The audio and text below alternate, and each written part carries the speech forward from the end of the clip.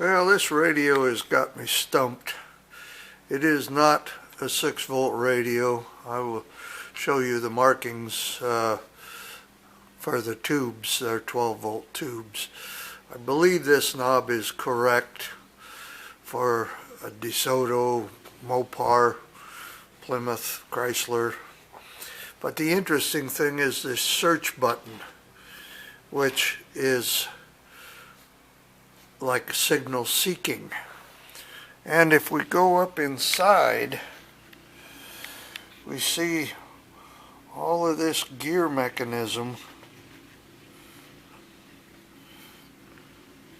and what looks like a drive motor. So I'm guessing this was or is a 56 Chrysler product of some sort. Let's see if I can get enough light down there.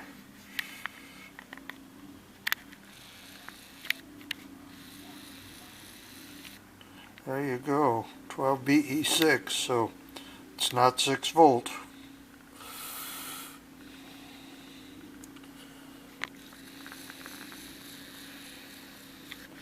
And we have the top cover, but the bottom cover is missing.